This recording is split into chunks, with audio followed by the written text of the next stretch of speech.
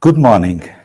On behalf of the organizing committee, I welcome all to the first international conference of the FibEnTech Research Unity at the University of Beira Interior, Covilhã, Portugal, entitled New Opportunities for Fibrous Materials in the Ecological Transition. Besides the welcome to all, in my opinion, the opening session serves also to answer two questions. Why we are here? Why should we care? We are here because we are scientists and researchers dedicating our best efforts to produce innovative solutions for several problems. Until a few decades ago, our planet's natural resources were considered to be abundant, easily accessible, and in many cases they were used if they were unlimited. Unfortunately, the environmental conditions of our planet is irreversibly changing, and most of the natural resources are showing their limits. More and more frequently, we are confronted with news of environmental catastrophes and apocalyptic forecasts, namely water shortage, air contamination, irreversible loss of biodiversity, temperature increase above the reasonable limit of 1.5, etc. We can make a difference to our citizens' options, but also by taking into consideration in our research the environmental sustainability, the circular economy, by maximizing the opportunities to reduce and reuse the uptake of natural resources, etc. Today, we are facing an additional challenge resulted from the COVID pandemic, which is the reason why we are not together physically present in an auditorium face-to-face. The way the conference is going to happen is new for most of us, me included. We will rely on computers and on the internet. We are hoping for the best, but we are preparing for all the rest, counting on the support from Nuno and Tiago from within the Grove, so everything will run smoothly. Next, we will present a record welcome message from the Dean of University of Beira Interior, Professor Mário Raposo, the Mayor of Covilhã City, Dr. Rui Pereira, the Vice Dean in charge of the research and development issues, Professor Silvia Socorro, and a live message from the scientific coordinator of FibEnTech Research Unity, Professor Paulo Fiadeiro. Will be in charge after these videos. Now we can start to put online the message. Okay, thank you. Good morning. My name is Mário Raposo. I am rector of the Beira Interior University, and it's with a great pleasure that I give the welcome to all people that assist to the FibEnTech 21 First International FibEnTech Congress, under the thematic New Opportunities for Fibrous Materials in the Ecological Transition. Of course, this thematic is very important today because we are facing new challenges to a better world in the future. Beira Interior University is a young university in Portugal, but we are very competitive and we are very challenging and performer inside our university in Portugal. Beira Interior University, as you can see in the international rankings, perform very well in several areas, and we are a very competitive university in Portugal. We attract a large number of international students. So I would like to congratulate the members of the organizing committee for their enthusiasm and commitment in supervising all the arrangements for this meeting. As you know, the European Union is fully committed with the implementation of the 2030 Agenda for Sustainable Development together, and all the state members are trying to implement the Sustainable Development Goals. That all of these 17 goals consist of improving people's lives and protecting the planet from degradation, so that it can support the needs of present and future generations. As such, the governments are integrating the Sustainable Development Goals into their policymaking and developing specific policies to move towards more sustainable development. I think that the coming years will therefore be marked by the green and digital transition, which means that companies face new challenges in its chain of value because they have to introduce more green and sustainable production and better products and service to the market. So I think that this kind of conference is very important because they put in discussion and together a large number of international researchers that gives different ideas and different suggestions, and together in this conference they try to find new ways to give better solutions to firms and to governments to accomplish this new responsibility to create a better world and a better life for all of our cities in the world. Thank you very much, and I give you the best regards, and I hope that the conference corresponds to your interests. Good afternoon and good conference. Quero dar as boas-vindas a todas e a todos à nossa cidade. É um imenso prazer recebê-los, estarem aqui reunidos com este propósito, com esta finalidade. A cidade da Covilhã tem esta marca, a marca impressiva da criatividade, da inovação, das novas tecnologias, e a nossa universidade, que aqui é o grande elo de ligação, vêm à Covilhã numa altura em que ela é particularmente bonita, apesar de vos recebermos 365 dias por ano e estarmos para esse efeito disponíveis. A verdade é que nesta altura ela é ainda mais propícia.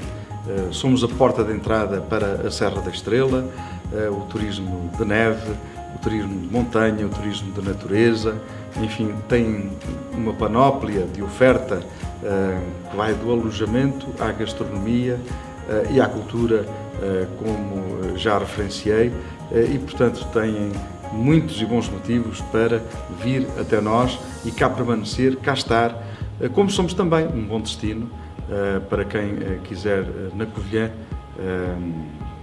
lançar as suas ideias, acalentá-las, cá fixar-se, cá trabalhar, cá viver, cá estudar e, portanto, dar-vos esta nota de reiterar as boas-vindas e que os vossos trabalhos sejam muito profícuos. Muito obrigado.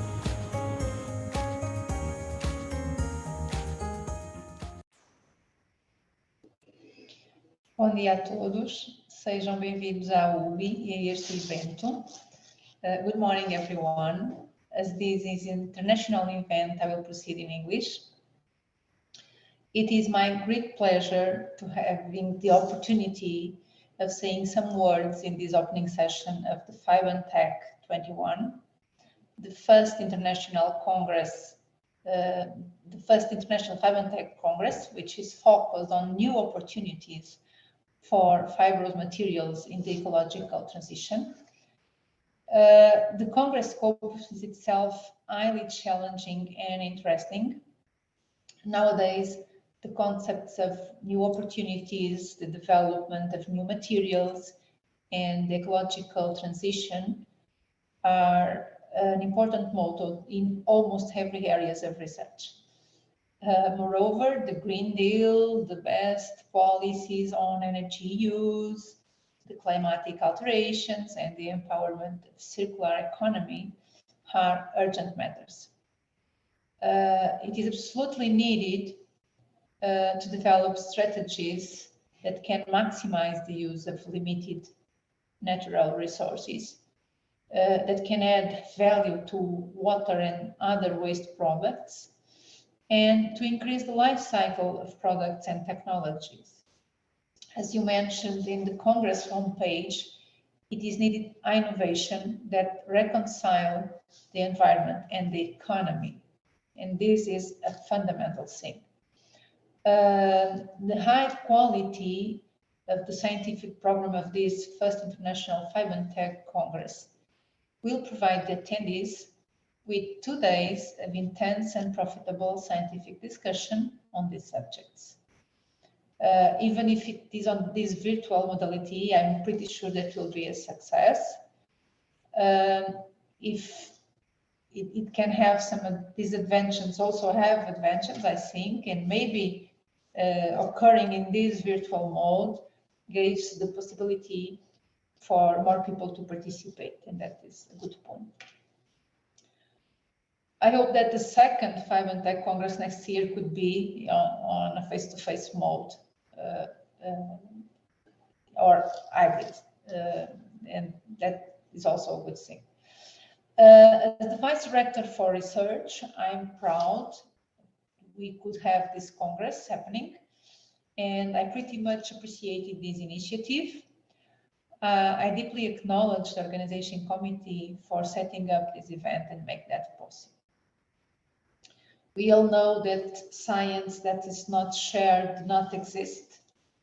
And of course, publishing articles is the most important vehicle for spreading scientific outcomes. But this kind of events are mandatory and of utmost relevance. They are crucial to construct a scientific identity, in this case, the FibEnTech identity, to establish connections among researchers and even institutions, and also to create the bridges in interdisciplinary areas of knowledge. That is very important. I will end congratulating the organization and scientific committees for all the hard work in organizing this Congress and for the initiative. You are the ones that could make that possible, and this is a really important thing. I wish you all a good day and an enjoyable and profitable Congress. And I hope to see you again in 2022. Good morning and good conference for everyone.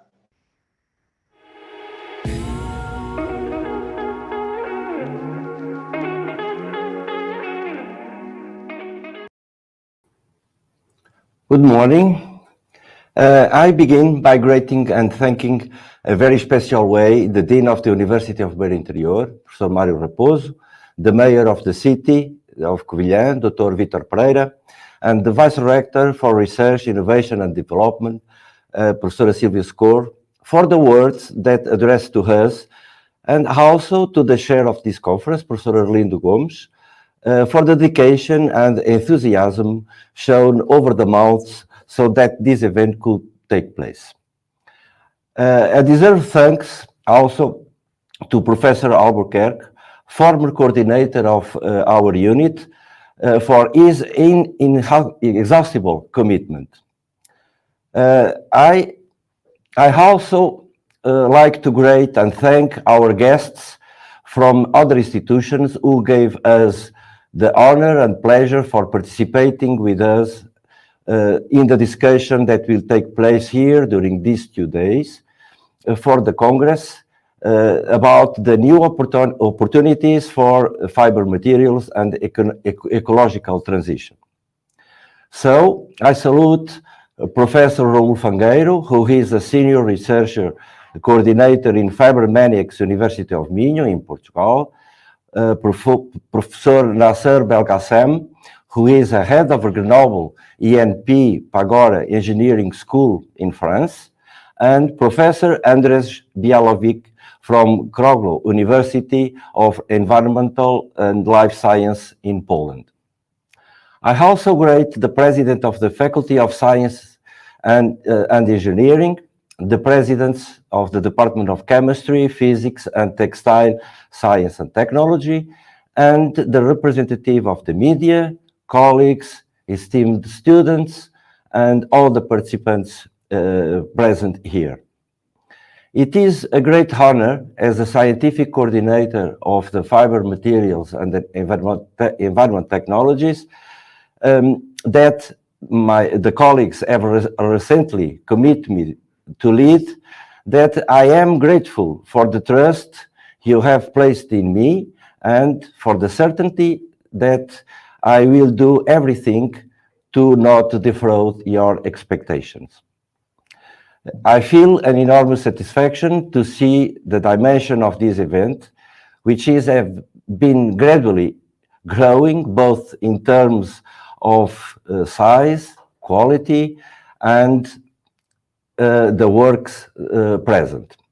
I have already, having already an international scale, and with the book of proceedings, which will be published later, indexed to renowned databases. Also, allow me to thank and warm and in a special way to all colleagues who in one way or another were more committed on organizing this event, and in the special way, the organizing committee and the scientific committee of this work. So I must also to thank the University of Beira Interior and the Foundation for Science and Technology for their support. So I wish you all a good and fruitful job. Thank you.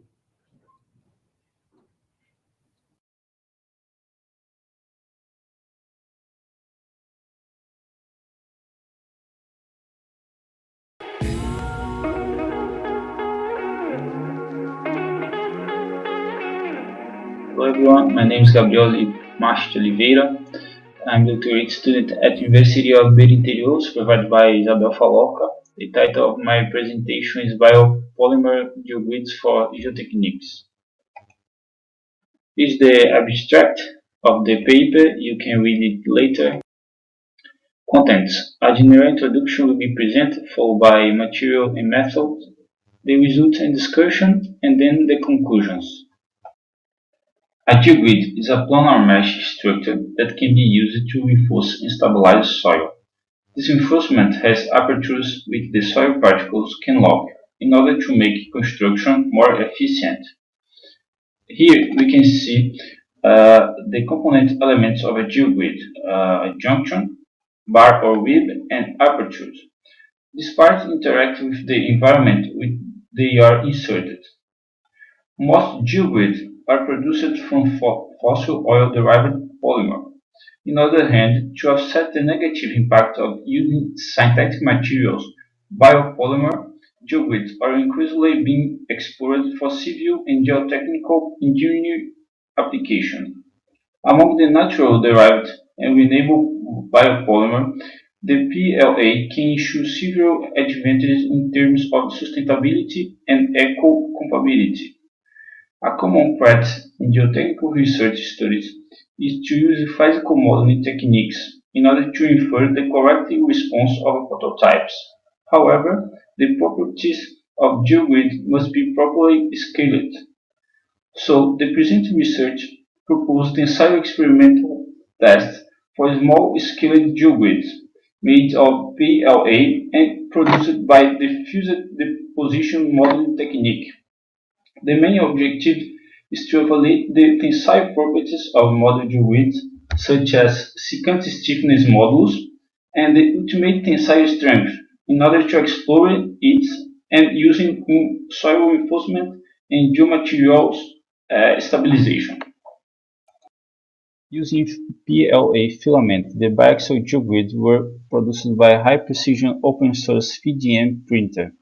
The specimens for tensile tests were designed using CAD software, reproducing the prototype geogrid. The geometrical data of Mouro geogrids were 100 mm width by 100 mm length. A grid aperture size of 10 mm was used and 0.8 mm rib thickness, with a printer accuracy of 0.1 mm. The tensile tests were carried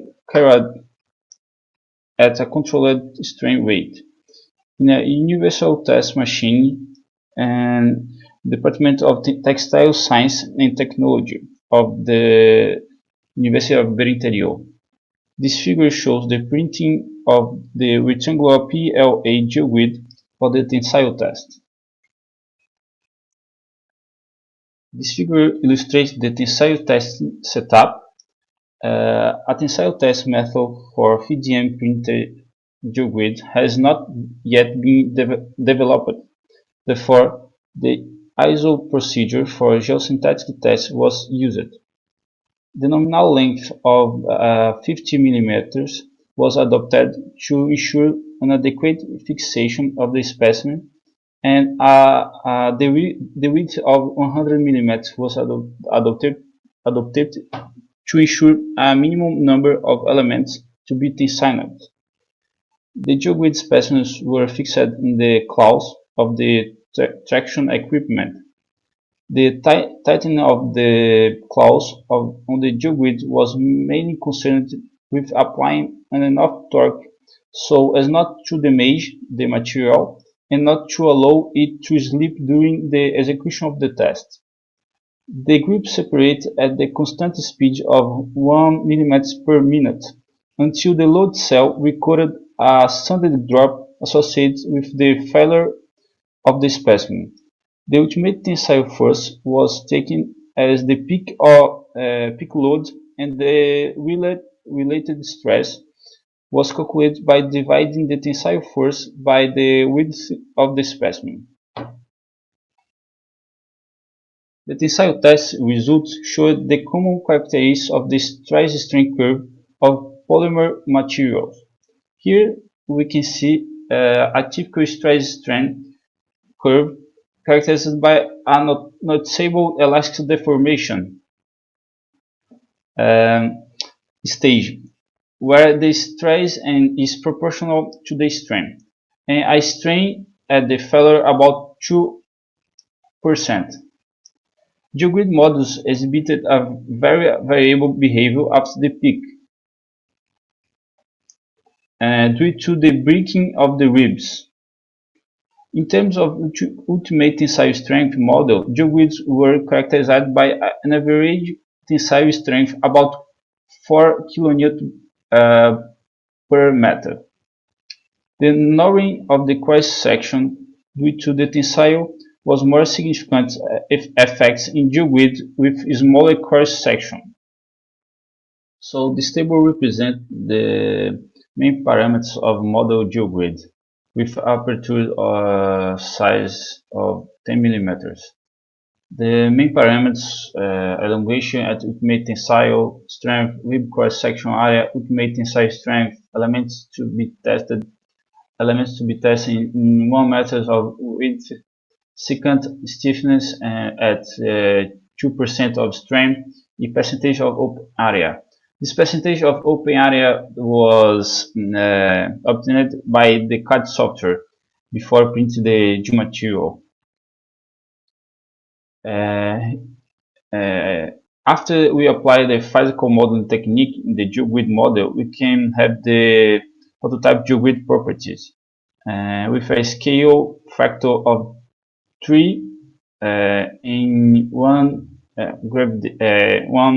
G condition for geogrid with here is 30 millimeters of aperture size, because after we apply the physical modeling technique, the aperture of the prototype geogrids is 30 millimeters of aperture size. So here we can identify that the elongation at ultimate tensile strength and percentage of open area is the same of model geogrid.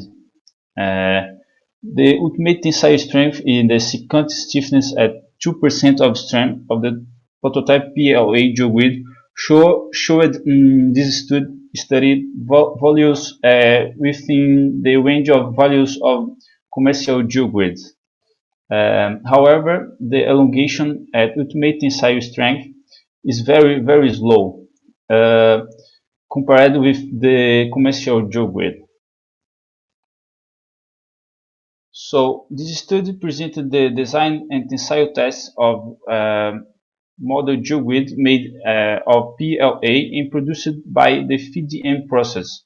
The results encouraged the development of 3D printed PLA geogrids for civil and geotechnical engineering applications, in line with the recent emphasis on the sustainability economy. The following finds were made. Average tensile strength showing relatively good results, about 4.5 kilonewtons per meter, which was found to be comparable to the fossil oil-derived polymer geogrids. Lower elongation at failure, about 2%, than the fossil oil-derived polymer geogrids, which would not affect geogrid performance in geometry stabilization. And print process appears stable and replicable, and the influence of degradation of material tensile properties over time still need to be studied. Thank you very much for your kind attention.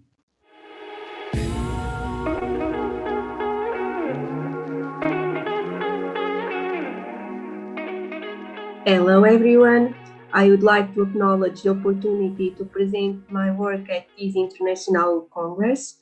So my work is entitled Agrimonia eupatoria, incorporated electrospun nanofibers and cotton composite for antibacterial wound dressing applications. And I hope you enjoy it. First of all, I will do a short introduction in order to contextualize the work. Then I will present the aims of this research and show the main results obtained during this work, as well as the conclusions drawn from them.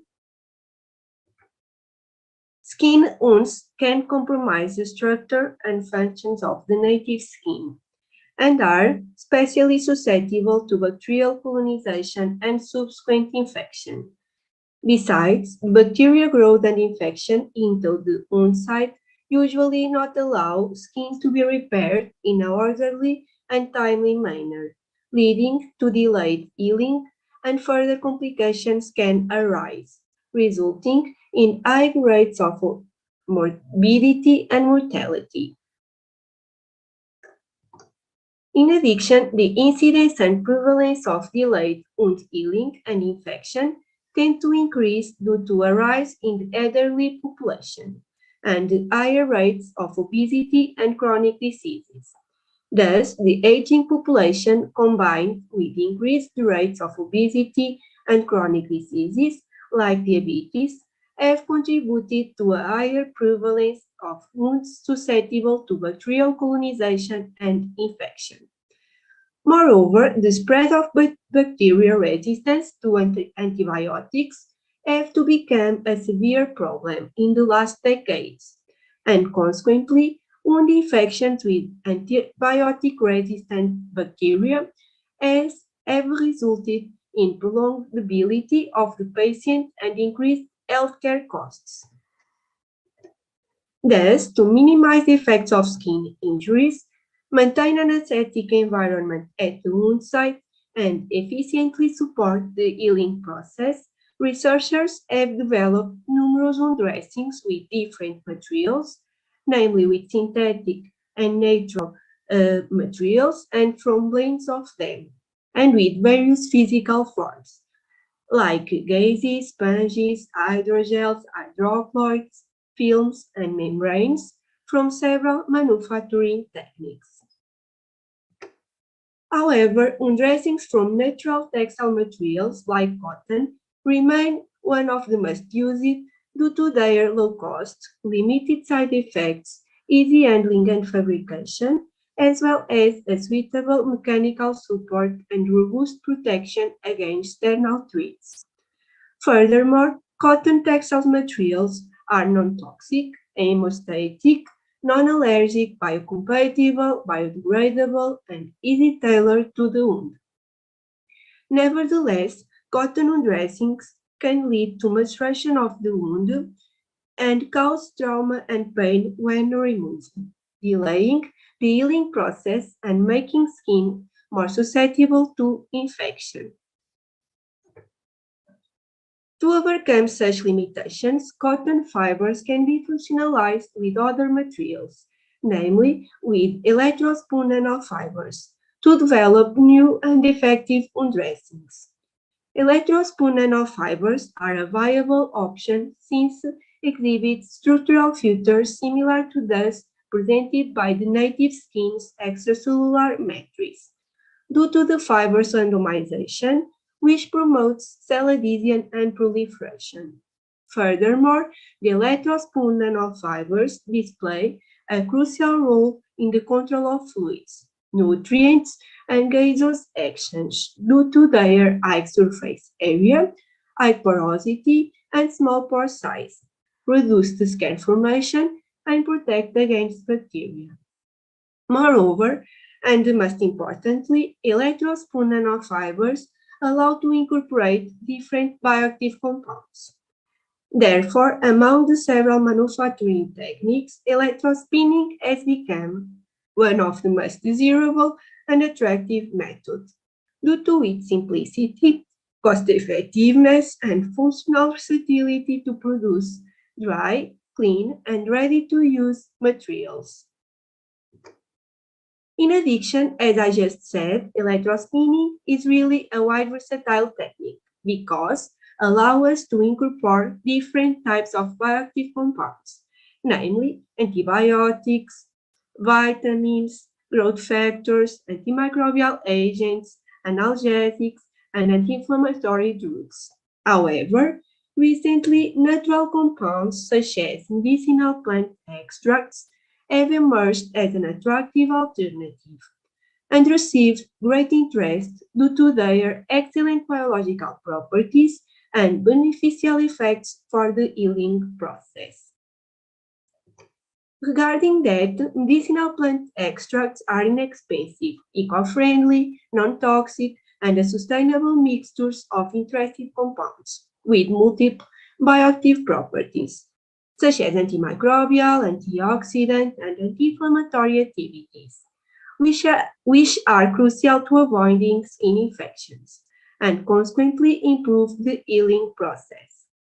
In addition, the plant extracts are easily obtained and prepared from dried and mild plants through simple, easy to perform, and low-cost extraction methods, and exhibit few side effects. Especially Agrimonia eupatoria L, a member of the family Rosaceae, commonly known as Agrimonia, has been analyzed and shown to be rich in tannins, flavonoids, phenolic acids, terpenoids, and volatile oils, which are responsible for conferring it recognized anti-inflammatory, antioxidant, antimicrobial, and antibiofilm properties needed in the healing process. Therefore, the main aim of this research work is to produce a composite undressing material that combines the benefits of distinct materials, namely of cotton fibers and electrospun nanofibers containing a medicinal plant extract of Agrimonia eupatoria L in a only dressing. For this purpose, polyvinyl alcohol and chitosan nanofibers containing Agrimonia eupatoria L, known for its beneficial effects on the healing process and antibacterial activity, were electrospun using a needleless electrospinning method. onto a cotton dressing to both protect the wound from infection and enhance the healing process. So we start with the Agrimonia extraction using a simple extraction method, namely the maceration procedure. First, the dried and powdery plant material was extracted using ethanol at room temperature, and the plant extract was collected and filtrated. Finally, the filtrate was subjected to evaporation by rota vapor to obtain the dried extract. After the extraction, the minimum inhibitory concentration of Agrimonia was determined against Staphylococcus aureus and Pseudomonas aeruginosa, which are the most pathogens found in the skin's infections. And the results reveal that the Agrimonia extract is less effective against gram-negative bacteria, such as Pseudomonas aeruginosa, compared to gram-positive bacteria like Staphylococcus aureus, being observed a lower MIC value of 0.62 mg per milliliter against Staphylococcus aureus. On the other hand, to produce the composite material, firstly, the surface of cotton dressing was oxidized using the tempo radical, sodium bromide, and sodium hypochlorite system at the pH 10.5. One of the most common surface chemical modification methods of cotton fibers, which directly oxidize the primer alkaloid of cellulose to negatively charged carboxyl groups, increasing the cotton negative surface charge density. In turn, the PVA and chitosan solutions were prepared separately, and then the chitosan solution with the pH adjusted to 5 was added to the PVA solution. Lastly, the Agrimonia extract was added to the PVA and chitosan blend before the electrospinning process. The PVA and chitosan blends with and without Agrimonia extracts were electrospun on top of the previously temp-activated cotton using the nanospider needleless system. And the surface morphology, chemical, physical, mechanical, and biological properties of the produced composite materials were analyzed to emphasize its potential for wound dressing applications. The nanospider technology is a needle-free electrospinning equipment used to produce the electrospun nanofibers. It's based on a rotative spinning electrode immersed into a container with a polymer solution. This electrospinning differs from the conventional technique because it allows the formation of many Taylor cones. At the same time, the source of nanofibers simultaneous on the surface of the rotative spinning electrode, and hence, this technology is highly productive and more effective to produce high-quality nanofibers. Moreover, this is an industrial-scale electrospinning equipment that allows an easy scale-up from laboratory setting to an industrial level. Also, like the conventional electrospinning, the nanospider technique is depending on some parameters that we can control, namely the solution properties, the process parameters, and the environmental conditions. Regarding the obtained results, it is possible to successfully identify the two different materials layers of the produced composite materials from the cross-sectional SEM image. Moreover, the fibers diameters of the electrospun nanofibers layers, which are intended to be used in contact with injured skin, are within the preferred range of the collagen fibers present in the natural extracellular matrix, namely around 200 and 300 nanometers. The SEM image also showed that the incorporation of Agrimonia extract into the electrospun nanofibers layer lead to the production of thinner fibers due to the reduction of the viscosity of the polymeric solution used for nanofibers production. The FTIR analysis was able to confirm the tempo-mediated oxidation of cotton fibers as well as the incorporation of Agrimonia extract into the electrospun nanofibers. The tempo-oxidized cotton exhibited the lowest porosity value, which is essential for avoiding bacteria penetration, while the electrospun nanofibers layers showed higher porosities, which are useful to promote the healing process.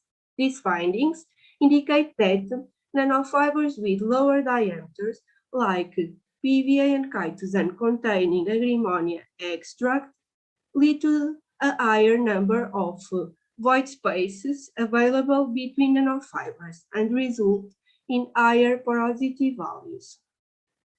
On the other hand, the water contact angle value obtained for cotton fibers layer confirmed its highly hydrophilic nature, while electrospun nanofibers layers presented water contact angles values characteristic of moderate hydrophilic materials, which are more suitable for supporting cell adhesion and proliferation, and to maintain a moist environment. In addition, the produced composite material containing Agrimonia eupatoria L extract exhibited a higher swelling ratio, which allows a sustained absorption of exudates and avoids the wound dehydration. It is possibility due to the hydrophilic behavior of the Agrimonia components. Moreover, the developed composite materials with and without the Agrimonia extract exhibited similar water vapor transmission rate values, although out of the ideal range for a proper undressing material. However, these values are better than several commercially available undressings. On the other hand, the mechanical properties of the produced composite materials reveal that the tempo-oxidized cotton is the major responsible for their mechanical properties, showing similar values. The cotton is known to have exceptional tensile strength and a high Young modulus, which are hard to alter, even adding the electrospun nanofibers. In turn, an initial burst release of Agrimonia was observed within the first 6 hours, followed by a sustained diffusion. This is very important because it can protect the wound from bacterial growth and maintain an appropriate healing environment. Furthermore, the antibacterial assay revealed that tempo-oxidized cotton may help to prevent bacterial penetration into the wound, while offering mechanical support to the wound site, and the electrospun nanofibers containing Agrimonia showed an inhibitory effect against Staphylococcus aureus and Pseudomonas aeruginosa, which is useful to provide an aesthetic environment at the wound site. By the end, the data obtained showed that the produced composite materials displayed more than 80% cell viability even after 7 days, not compromising the human fibroblasts' viability. The results showed also that the tested composite materials displayed toxicity levels between 0 and 1, which are considered as non-toxic to the human body. So, to finish, the tempo-oxidized cotton was successfully coated with electrospun nanofibers using needleless electrospinning technique. The electrospun nanofibers achieved diameters within the size range of the collagen fibers in the skin's extracellular matrix, and adequate wettability, porosity, and water takeability for undressing. The electrospun nanofibers layer demonstrates suitable antibacterial properties, namely due to the potential benefits of the Agrimonia, and one initial burst release of Agrimonia was observed, followed by a sustained release profile, emphasizing the suitability of the produced composite material to maintain an aesthetic environment at the wound site, which is crucial to avoid the wound bacterial colonization and infection. Therefore, the produced composites provide enhanced properties regarding the combination of two distinct materials and represents a promising approach to be used as an antibacterial wound dressing. Finally, I would like to acknowledge to the Foundation for Science and Technology for my PhD fellowship, to the FibEnTech Research Unit for the support given, and thank you for your attention.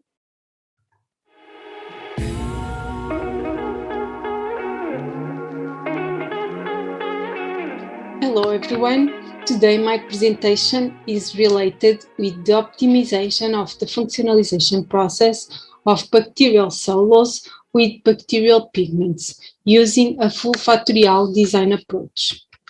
I'm going to start with a brief introduction just to provide some background, and then I'm going to show you some of the work that I've been developing by showing you the purpose of the work, the main experimental results, and conclusions. So, due to the low-cost production, synthetic dyes have been widely used in food, pharmaceutical, textile, and even cosmetic industries. However, the consumers' awareness regarding health and environmental issues leads to a demand of alternatives, such as natural pigments. Natural pigments may be obtained from several sources, but our work is focused on natural pigments produced by microorganisms and more specifically of bacterial origin. These pigments present several desirable features for synthetic dyes replacement, which also includes the wide range of colors that can be obtained. Today, the focus of this presentation will be these three bacterial pigments: prodigiosin, violacein, and flexirubin type pigment, which can be produced by several bacterial strains, but for our work, prodigiosin was produced by Serratia plimutica, violacein was produced by Chromobacterium violaceum, and flexirubin type pigment was produced by Chrysobacterium shigensis. Besides the ability to produce pigments, microorganisms are also able to produce a wide range of other bioproducts. That's why they are often called microbial factories. Among some of those bioproducts, we also have biopolymers, including bacterial cellulose, which could potentially replace synthetic and oil-derived polymers. Bacterial cellulose is similar to plant cellulose regarding the chemical structure. However, bacterial cellulose exhibits superior physical, mechanical, and biological properties, which makes it a very useful biomaterial in many different fields where plant cellulose could hardly be used. In our work, we produced the bacterial cellulose pellicles using a symbiotic association of yeasts and bacteria from the kombucha beverage. We also used the glucose as a carbon source and a mixture of black and green tea as nitrogen source. After more or less 7 days of fermentation, we have a fully formed bacterial cellulose pellicle that can be recovered and washed for further use. So, therefore, the aim of this work was to combine the bacterial pigments, flexirubin type pigment, prodigiosin, and violacein with the bacterial cellulose pellicles and improve the functionalization process using a full factorial design methodology, which allows the determination of the effect of several factors and their interactions on one or more responses with a minimum number of experiments. A two-level full factorial design was used to determine the optimized conditions for bacterial cellulose functionalization with each pigment in order to obtain a higher color strength.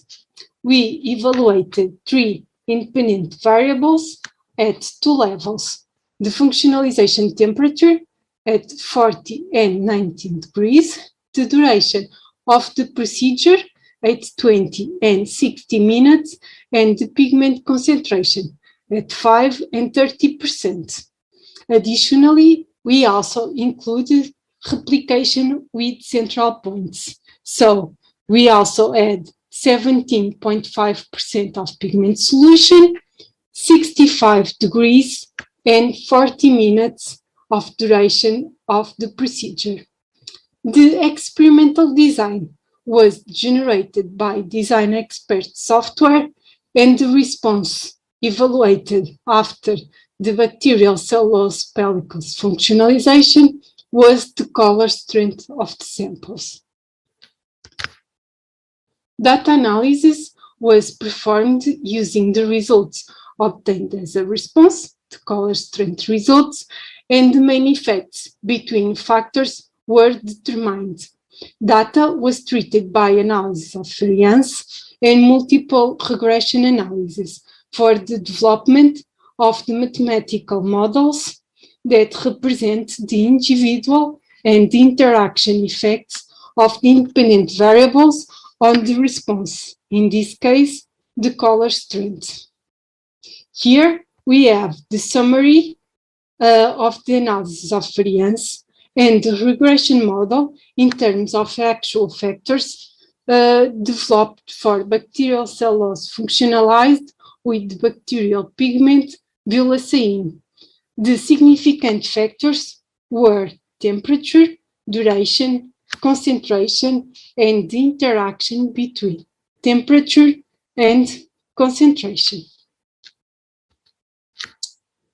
Here, for the prodigious-in model, we have the same significant factors as in the previous model: temperature, duration, concentration, and the interaction between temperature and concentration. We also have here the regression model developed in terms of actual factors.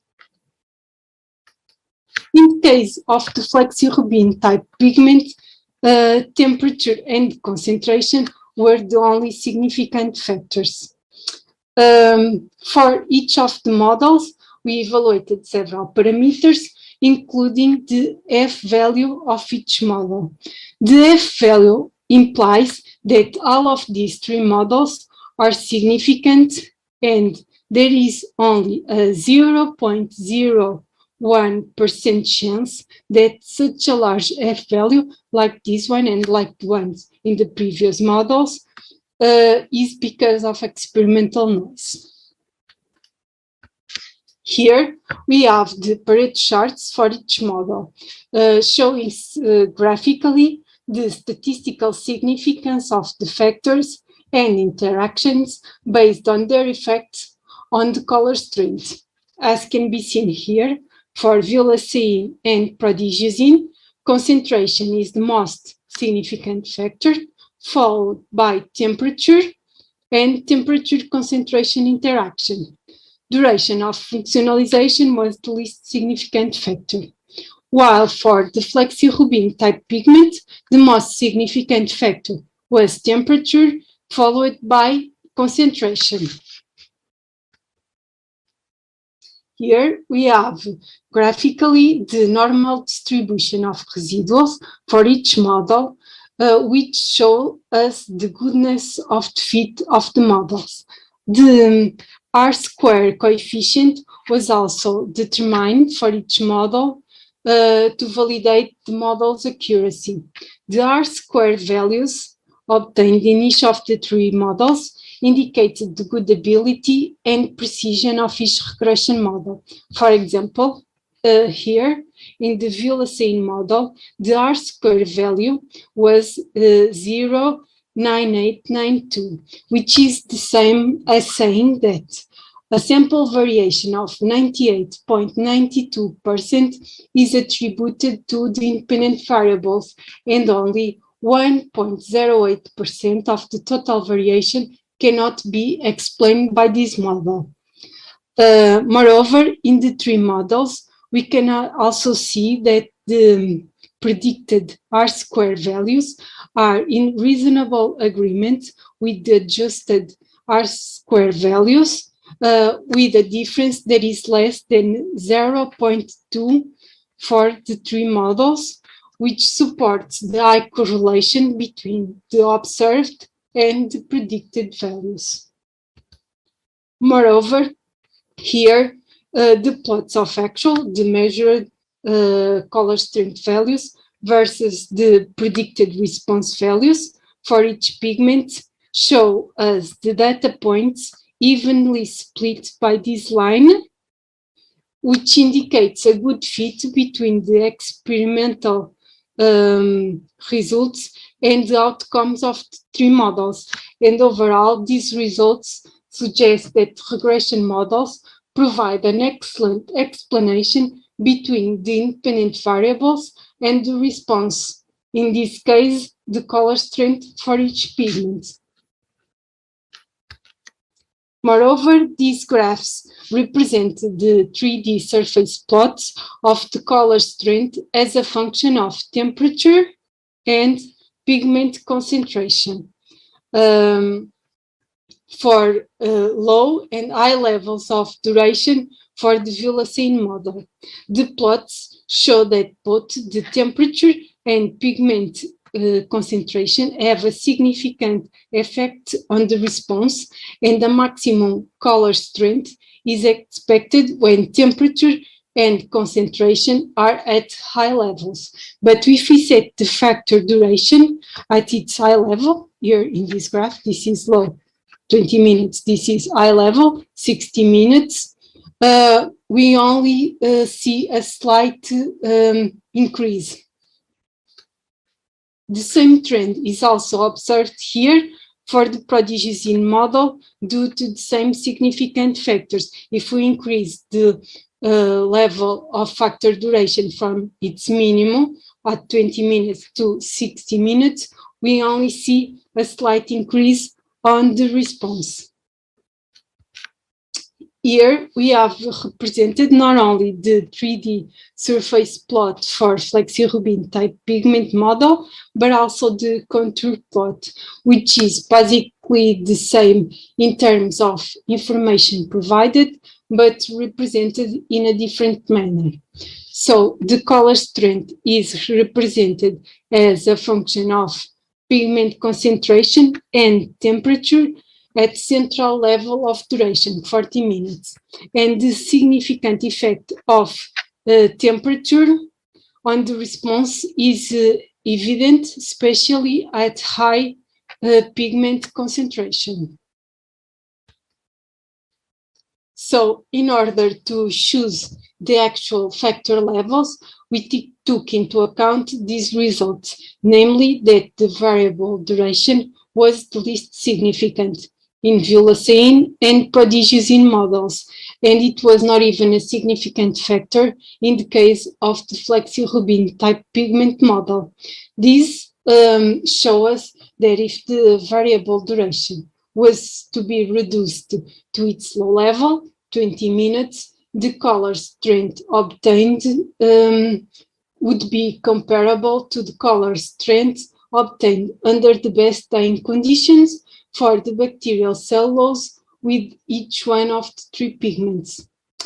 Additional, since the goal was also to minimize the temperature of the process and the pigment concentration while maximizing the response, the actual factor levels were set at these levels with all the functionalization processes performed only during 20 minutes, the low level of the factor duration. In order to validate the theoretical models, the functionalization procedures were performed at these selected conditions in triplicate.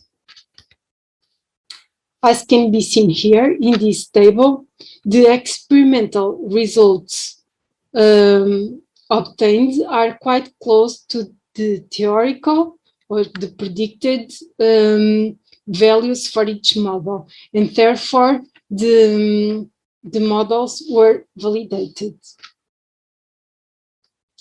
Overall, the results obtained were in agreement with previous studies, namely the high influence of temperature and pigment concentration on the coloristic force.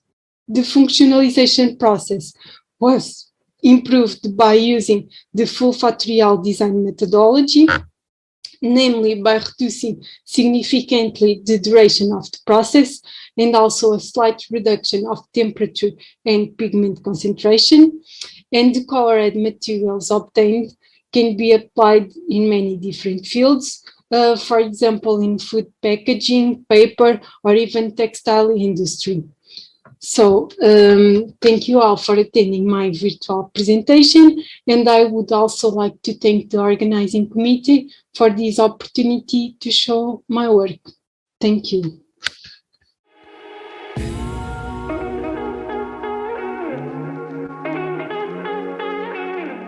Hello, my name is Joana Moreira. I'm a biotechnology master student and I will present part of my research work that is Peppermint essential oil biodegradable drug delivery system for dermic application. And with this, just a brief introduction. The cosmetic industry is a growing market, and since the preoccupation with the environment is rising, there is a need to search for biodegradable and biocompatible products, and with this emerges the opportunity of developing a mask with such properties. One of the materials of this mask would be cellulose, that is one of the most abundant polymers, since it's obtained from plants, and is a biopolymer constituted by glucose monomers. As we can see in the second figure, how it can be multi-structured and is sustainable, biodegradable, and safe. While ketosane is a polysaccharide, vastly abundant just like cellulose, becoming then an inexpensive resource, and it's derived from crustaceans and fungus, and since it's common in nature, has the benefits of being biodegradable, biocompatible, and innocuous. Microfibrillated cellulose has a high specific surface area, high strength, and is biodegradable, and the presence of nanofibrillated cellulose increases the retention capacity and allows the control of porosity and pore size. And the combination of micro and nanofibrillated cellulose is used to create optimized structures. Essential oils can be extracted from various parts of the plant, such as flowers, fruits, seeds, and even leaves, and the extraction can be done in a variety of ways, such as hydrodistillation and cold pressing. With essential oils, some therapeutic properties such as antibacterial, antifungal, and so on can be enhanced, and each essential oil is a complex sample composed by many volatile compounds, mostly terpenes, which mean they tend to respond easily to air and heat, and because of that, it's important to retain these molecules in a 3D matrix, just like a mask. The chosen essential oil was peppermint, that has the advantages of being antibacterial and antifungal, and its principal constituents are menthol, menthone, and eucalyptol. So with this, the main objective of this work is to develop a biodegradable cosmetic facial mask made out of cellulose that is strong and soft at the same time, containing a porous network able to retain the therapeutic molecules, providing a sustainable alternative to non-degradable masks. To be able to produce this structure, it was made an enzymatic treatment in a bioreactor, as you can see in the figure, and to produce nanocellulose. And in the second step, fiber structures were produced, so we were able to characterize them using SEM technique, seeing the fiber and pore dimensions. After this characterization, it was made in water in oil emulsion, incorporating this emulsion into a fiber mixture, just like before, creating then a prototype mask. Also, it was made a computational simulation to simulate the deposition of fibers and search for the right pore size, allowing us to optimize even more the prototype. Passing to some results obtained so far. Through the analysis of physical properties of fibrous materials, comparing a long fiber and different types of treatment, we can see that the porosity is higher while the length and width decreases. And through some analysis, as shown in pictures, we can see a variation of fiber and pore dimension, reaffirming that porous network would release the molecules of the essential oil gradually. And in the scheme, we can see a more visual representation of what is like the prototype on a more molecular level. To identify the components of methylpurpurate essential oil, a gas chromatography mass spectrometry analysis was performed, and the results indicate that the major component is menthol. And FTR-ATR results indicate that the peppermint essential oil is retained in the fiber structure due to the peak in the wavelengths of 2700 and 3000 due to all age groups, since the main component of the essential oil is menthol. And through computational simulation, we can see the deposition of fibers at beginning and end of the simulation running, showing then the various pore sizes and how the simulation can contribute in a positive manner, since it can be made various experiences at the same time. So with this, some of the conclusions of this work is that the optimization of the pore dimension and 3D porous network using computational simulation was able to achieve the optimum porosity faster, saving experimental resources, and the use of porous, biocompatible and biodegradable materials for dermic application is a promising research topic for improving the delivery of biomolecules. Thank you, and if you have any question, I will gladly answer it.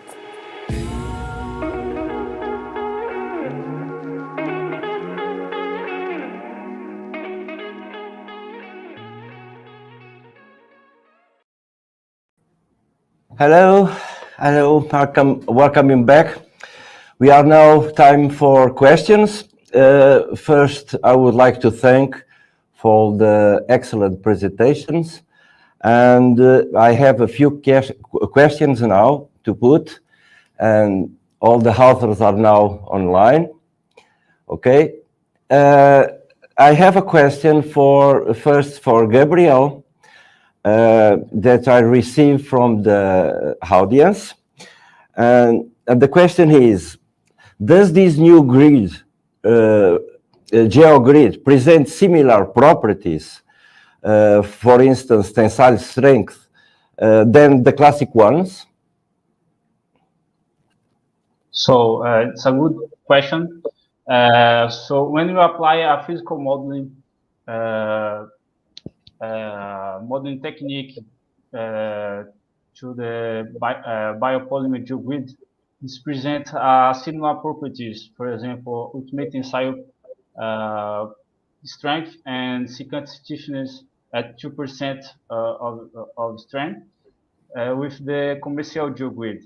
But however, in relation with commercial geogrid, this material, the biopolymer geogrid PLA, need to be tested with degradation experiments, dynamic experiments, and then this material, this biopolymer material, is still limited to laboratory experiments.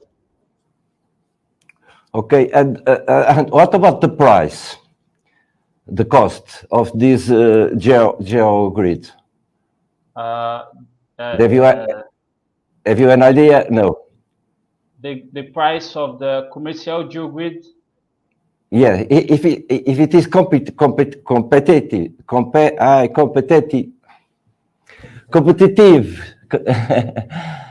sorry. The price is the price is not yet studied with competitive price, because it is a very how can I say, previous studies with these kinds of geogrid. Okay. Yeah. Okay. So I have a question now for Cláudia Mouro. Cláudia, it is an interesting work have you done. So the question is it necessary or important to perform any study concerning the fiber orientations of these nanofiber layers? Yes. Do you think sorry. This is a really interesting question. in the undressing applications is desirable. We have a randomly oriented fibers because it's better to the cell adhesion and proliferation. But the alignment of the fiber is really interesting for another types of applications because we can confer more mechanical properties and resistance for these materials. That's right. Okay, I was thinking about that. Thank you. So we can follow now to the next, Lúcia Amorim. I have now two questions. If you don't mind, what is the meaning of color strength? Can you explain physically what do you mean with color strength when you represent the K over X, K over S color strength? You call it color strength. Can you elaborate a little bit more about that? Yes, I mean it's the amount of molecules that are impregnated into the bacterial cellulose. The way that we measure the amount of color that we have in samples is using this color strength value that is calculated using the Gouveia theory that give us this value that we can compare all samples that we produce with using different pigments. Okay, so have you done any relation between the color appearance with the representation of such colors using, for instance, the LRB color space, the CAE color space? Yes, I have in my presentation the last table. I don't elaborate much in that table, but I have all the CLR parameters. I evaluated the LAB and also the chrome NU of all the colors, and I could see that the violacine pigment really had the purple color. It was in the range of the blues, and the prodigious pigment had the red color. It was in the range of the red, and the flexible bean type pigment was the yellow color. I saw the parameters that I had there with the point to those colors. Yeah, okay, Lúcia. Yeah, because I think it's important if you relate it with the color error, the delta E, we call it delta E. So probably it's important to use this parameter to understand and correlate it with your color strength. Okay, thank you. Yeah, okay. If I could elaborate a little bit more. Yeah, in the future. Yeah. Okay, thank you. Yeah, okay. This part of my work, this factorial design, was just to produce samples using the best optimized conditions. So this is only a small fraction of my work. The big work that I have here that I didn't include in the presentation today was to use also the samples that I produced under the optimized conditions and test them for a possible application. The application that we intended was for food packaging application as a pH sensor. So one of the things that we tested was also the color change in different buffer solutions, and there we also tested the delta E, the differences to see if they would be perceived by the human eye, and we tested other things like the leaching in food simulant solutions. We also tested their ability to change color in acetic and acid acetic vapors and ammonia vapors, and also the color changes that could occur due to discoloration of the samples with temperature and light. And in all of the parameters, we also evaluated the delta E. Okay, thank you very much, Lúcia. So I have also a question for Joana. So Joana, hello. Hello. Yeah, could you explain us the emulsion was incorporated in fiber mixture bulk, and the mask prototype was stored between 0 and 40 degrees Celsius. Okay. Yeah, that. For how long? Yeah. Okay. Well, for how long? Well, this is a work besides the thesis is incorporated in my thesis, and the objective is to initially see if would develop some microorganisms. Since it's all natural, there are no conservatives at all. So initially it was for like 6 months, I think. And it's still in the fridge in the lab for further studies. And a plan for a next publication would be to take samples from the same mask and put them, like my previous colleagues, in some medium to see if you would develop some microorganisms. Because if you want to put them in like a skin, since the prototype is a facial mask, it has to be safe. Okay, thank you very much. I think we don't have much time for questions. We have to stop. I have to probably to congratulate all of you for the presentations and for your work, and we follow for the next session. Thank you.